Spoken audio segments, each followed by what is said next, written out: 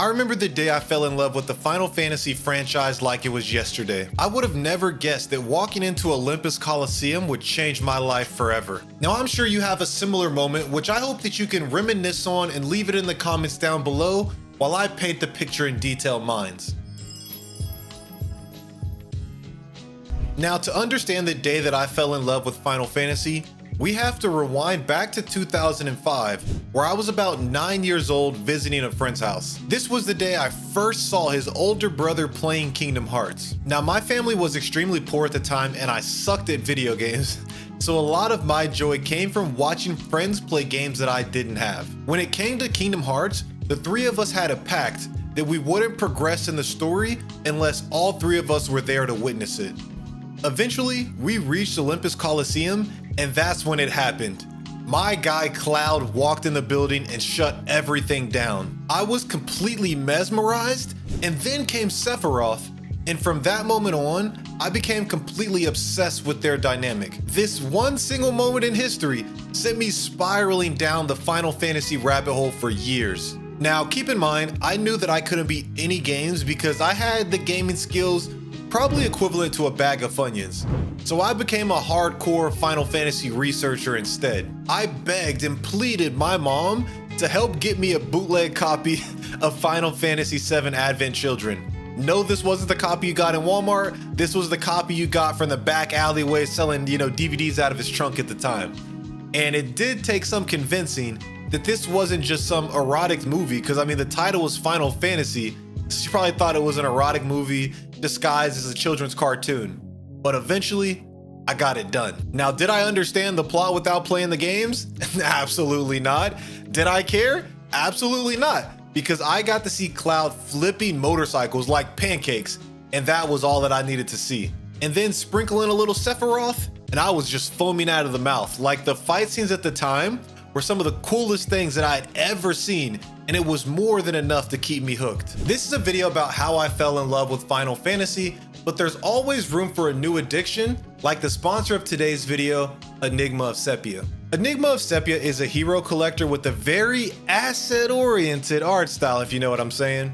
And you're gonna be able to design a lineup of 10 heroes to fight in auto chess battles to gather more rewards. All heroes are upgradable, so you don't have to worry about higher tier units intentionally being designed with the power gap. An R-ranked character can be fully powered up to an SSR, so if you have a favorite character that you latch onto, you can use them and make them viable. As long as you pre-register, you should have enough gems to get a few summons in early to solidify your roster. Once you build up your roster of heroes, there's also PvP, where you can put your lineup to the test and fight other players to become the world champion. If you want to go the PvE route instead, you can begin ascending the Dark Tower to get rare prizes, or even find a guild of friends to join so that way you can take on guild bosses together to get even more materials. Enigma of Sepia is launching on both Google and iOS, so you can pre-register on both platforms to maximize your launch rewards. Pre-registration is available now using the link in the description down below, and for a limited time, if you use code EOStaglegend, you're going to be able to get some more goodies in game.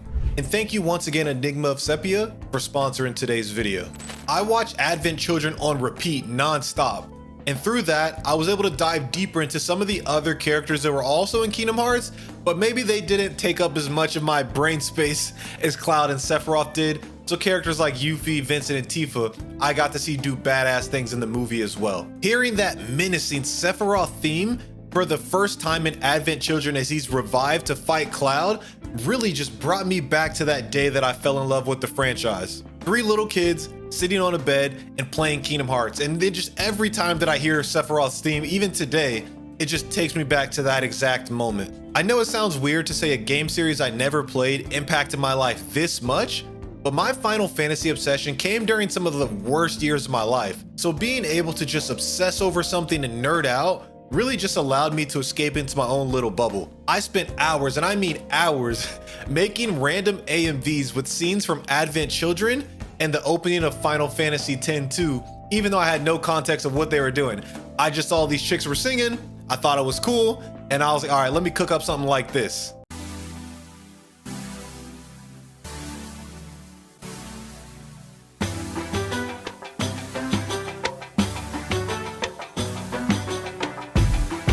All right. Enough of that, because I might die of cringe looking back on this. This has to go into the vault, never to see the light of day again. Around that same time though, I also stumbled across a fan-made series called Dead Fantasy, where they had the women of Final Fantasy and Dead or Alive duking it out in these epic choreographed battles. Watching these fight scenes only deepened my love for the franchise, and I couldn't wait for the next installment of Dead Fantasy to come out so I can see how Tifa takes on whatever characters Dead or Alive has to bring.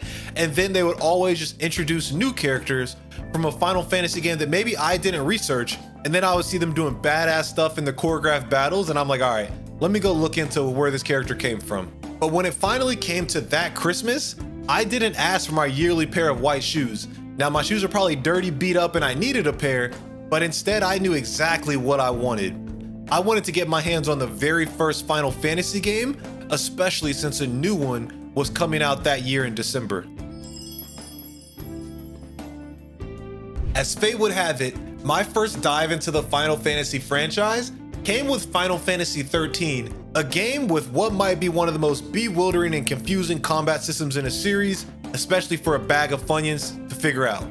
And back then, my gaming approach was, let's say, a little bit rudimentary. If I were to describe it, I had evolved. So I said Funyuns, but at this point I evolved to maybe a bag of Skittles. And my strategy all boiled down to attack, it no die, change difficulty to easy, attack again. Still no die? I guess I'll put the game down and try again next week. And this approach served me well enough for all the action games I played, but for turn-based systems, I really underestimated the importance of buffing, debuffing, grinding, and defensive strategies. I just can't ram my head at it and continuously attack and expect something to change. So inevitably, I hit a brick wall during some giant flying ship boss fight, and so I was defeated and demoralized, and I reluctantly retired from being a Final Fantasy player and went back to becoming a Final Fantasy researcher instead. Fast forward to 2016 with the release of Final Fantasy 15, I'm now in college, and I decided to give the series another shot because, I'd spent so much time obsessing over it as a kid. The next mainline title came out, let's see what it has to offer. So impulsively, I bought the game out of nostalgia, only to realize that I valued a Crunchwrap Supreme and a full tank of gas more than the game itself, especially while I'm in college and I don't really have time to focus on video games because I needed to be paying attention to my studies.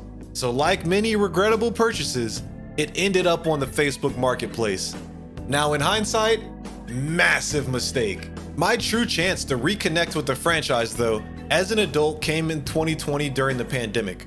With Final Fantasy VII Remake on the horizon, I decided to revisit Final Fantasy 15, and let me tell you, this decision, oh my god, it was a massive revelation for me. This game was nothing short of a masterpiece. Everything about it spoke to me, especially at the time I was playing it. The combat, the world, and the story, which was a tale of friendship and brotherhood, and it just hit differently, especially during the isolation of the pandemic. I know it gets a lot of hate, but I couldn't put it down, and it reinvigorated my love not only for the franchise, but just for gaming as a whole as an adult. A month later, and I finally had done it. I beat my first Final Fantasy game, and yes, I was sitting there crying uncontrollably as the credits rolled. So I'm a little uncultured, so hearing Stand By Me during Final Fantasy 15 was the first time I ever heard it, and it absolutely wrecked me with the way that the game ended and just how perfectly in sync it was with everything that was going on. I was in complete shambles. Now this experience solidified my love for Final Fantasy and confirmed what I expected as a kid. These games are more than just gameplay.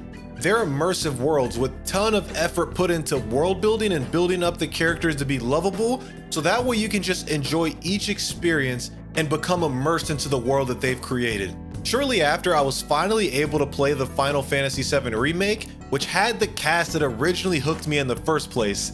And what's funny about this is that up until that point, I still never knew the original story or anything about Cloud's identity crisis. In my mind, he was just that guy, like he was him. But I've thoroughly been enjoying my experience so far with the Final Fantasy VII Remake trilogy, from the gameplay to finally getting to see these characters that I loved so much as a kid in action and understanding their original backstories. To me though, the story was still unfolding because up until completing Final Fantasy VII Rebirth, I was blind to the original events. And since it's not a one-to-one remake, things started to get very confusing to keep up with, so I finally caved and I watched a summary of the original Final Fantasy VII for more context. Now I get it, I know, I should play the original, and I do plan to one day, but I wanted to make a video going into the remake trilogy from a new player's perspective, blind from everything that's happened in the original game, to see how it differs from those who loved both. That video might come in the future still, but at least I made it up to completing the second game in the trilogy before going to search for context. Final Fantasy to me is easily my favorite JRPG of all time. And after having such a positive experience beating my first Final Fantasy game, I've been fully committed, diving into every new release and also revisiting some of the classics. So far, I've completed Final Fantasy 15, Final Fantasy 16, Final Fantasy 10, and both entries in the Final Fantasy VII Remake trilogy. Currently, I'm actually revisiting Final Fantasy 13, and I had this really cool full circle moment a few days ago where I was finally able to defeat that boss that made me quit as a kid. It still gave me some trouble today, so I definitely was not gonna beat it as a kid. And slowly but surely though, I've been working my way through all of the 3D Final Fantasy titles, and then I'll make the decision whether I'm ready to cross into the 2D era once I finish the 3D ones. Now I know a lot of people feel like Final Fantasy's been on a downward trend since switching to action-based combat, but to me personally, everything released since FF7 Remake has been incredible and worthy of an instant day one purchase, and for me, like I said, likely, that's not gonna change anytime soon. Even though Final Fantasy is my favorite JRPG franchise of all time and really inspired me to start covering JRPGs, I was extremely nervous to talk about it on the channel at all. I felt like the fans were so passionate that I worried that I'd be crucified for getting even the smallest detail wrong. Now I've uploaded a few videos and I've realized that that's not been the case at all. The community's been entirely welcoming and it's inspired me to set a goal for 2025. I want to create even more Final Fantasy content in addition to what I'm already doing so I can continue bringing that love and passion to the channel. With that being said, if you're looking for more Final Fantasy stuff, check out this video right here where I explain every Final Fantasy game in 26 minutes. Also, make sure that you drop that moment that you fell in love with Final Fantasy in the comments because I really want to hear it. And while you're down there, be sure to check out the sponsor of today's video, Enigma of Sepia, where you can pre-register using the link in the description down below. Thank you once again to Enigma of Sepia, and thank you for watching this video all the way through. Thank you for your time, and I'll catch you in the next one.